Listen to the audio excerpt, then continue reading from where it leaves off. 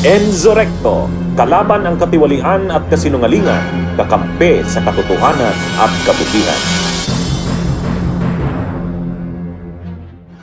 Pa rin po nasa ating Zoom ngayon si Attorney Gilbert Andres ng Center for International Law. Isa rin po siyang tumatayong abogado ng mga drug war victims ni Pangulong Duterte, Attorney Gilbert Andres. Attorney Gilbert, eto na't nabasa na nga po ni Presiding Judge Luz del Carmen Ibanez Carranza ang kanila pong pagbasura sa apilan ni Pangulong Duterte para siya ay pansamantalang palayain. 3 grounds po kasi ang hinarap ng defense team at yung pong 3 grounds na yon ay binasura lahat ng appeals chamber. Attorney Gilbert.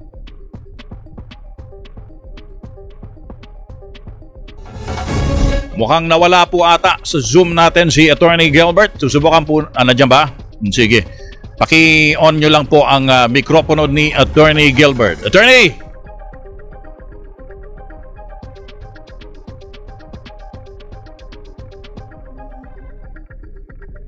Tony, nandito ulit ako. Opo. Attorney Gilbert. Anyway, so habang pinapakinggan nga po natin sa wikang English yung binasa pong desisyon ng Appeals Chamber, ang conclusion lang po nito ay dun sa 3 grounds na tinutukoy ng depensa ni dating Pangulong Duterte na basehan para siya ay gawa na ng interim release. Lahat po ito ay binasuran ng Appeals Chamber. Puro mga failed to prove that the pretrial chamber erred or nagkamali. Attorney Gilbert.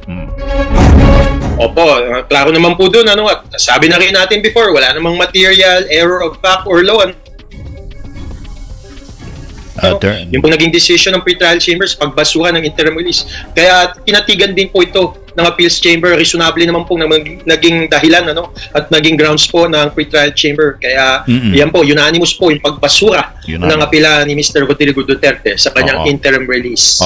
Lahat po ito ay parang sumentro dun sa kabiguan ng depensa na ipakita na may mga pagkakamali daw na ginawa yung pretrial chamber sa kanilang pagsusuri kung merong tawag dito patuloy na banta si Pangulong Duterte sa seguridad ng mga EJK o families ng EJK victims kung siya ay palalayain, at meron din daw kabiguan ng depensa na patunayan na unreasonable yung pagdesisyon ng pretrial chamber na wala naman daw basehan yung kahinaan or kalusugan ng dating Pangulo para siya ay palayain. Attorney Gilbert.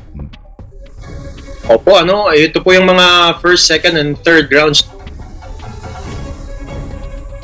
po ng defense na hindi po kinatigan ng appeals chamber, kasi sabi nga ng appeals chamber reasonable naman logical naman yung mga naging dahilan ng pretrial chamber sa pagbasuhan ng interim release. Lalo na po yung mga basehan nito at siguro makikita natin dito, Tony, ang isang application for interim release kasi napaka fact-based at talagang in a best position po ang pretrial chamber para po suriin yung mga ebidensya po at yung mga datos po dito po sa interim release. At yun nga, talagang reasonable na ayon naman po sa ebidensya at sa batas. Yun nga, yung Article 58 na paulit-ulit po ni-refer po nung presiding judge Kaya po ito po yung dahilan kung bakit po unanimous po yung pag-dismiss po sa appeal at unanimous po ang pag-affirm sa decision po ng pretrial chamber.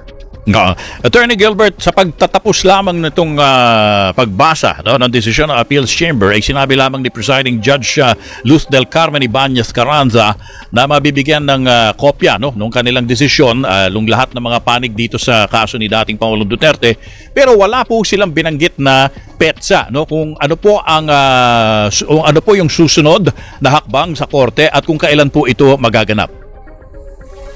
Walang nilagay na petsa kasi kung siguro tanong mo, Tony, kailan bang petsa ng confirmation of charges? Yes. Pre-trial chamber po yun. Magsi-schedule po niya. Alam po namin na mayroon pa pong pending yung fitness to stand trial at sa December po yung report na yan, December 5 plus 1 week, December 12, yung response po ng mga parties. Kaya po hindi po yan ni-refer po ng appeals chamber kasi tanging sa interim release lang po yung kanilang diniscuss. Sige. So, ibig sabihin nun, dahil hiwalay po ang kanila pong, kumbaga, scope of coverage o scope of jurisdiction, yung mga susunod pa na proseso ay dun lamang po natin malalaman after matuloy na yung medical check kay dating Pangulong Duterte.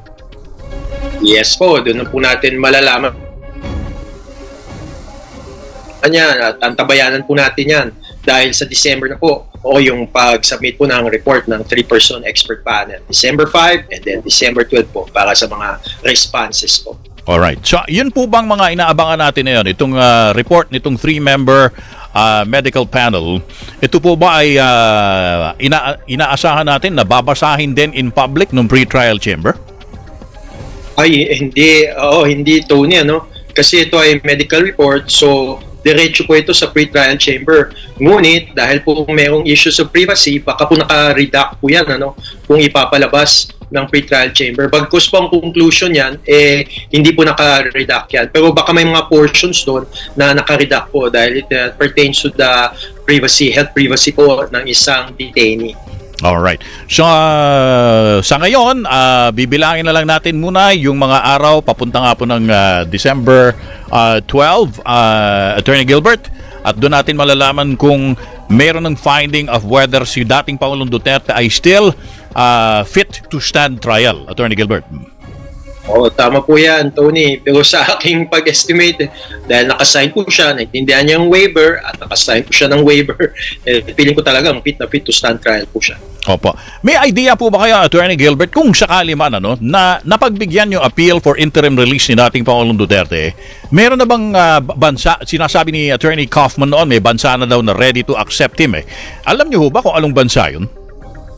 Hindi ko talaga alam, Tony, kasi naka-redact nga siya, no? Hindi talaga natin mabasa, no? Mahirap ding hulaan kasi there are 196 states in the world and there are about 125 member states of the ICC. Opo. So hindi ho talaga nabigyan ng idea kahit na yung mga abogado kung anong member state yung pumayag na bigyan or mag-host kay dating Pangulong Duterte. Opo. Kaya tabayan na natin. Anyway, buti na academic na. Dahil nabasura nga yung appeal at in-affirm unanimously yung decision ng pre-trial chamber sa interim release. Malay mo naman, nasayang yung paghahanda nila, Attorney, at may hinanda ng kulambo para sa kanya. Kaya wag na natin pag-isipan yan. Diretso na tayo dun sa next phase. Next phase. Alright. Bunyog, halikan na kasama ka. Bunyog, kapag buklod ay may pag-asa. Luzon, Visayas, Mindanao, isa ang pananaw. Sa bagong Pilipinas ang bunyog isisigaw. Bunyog, bunyog.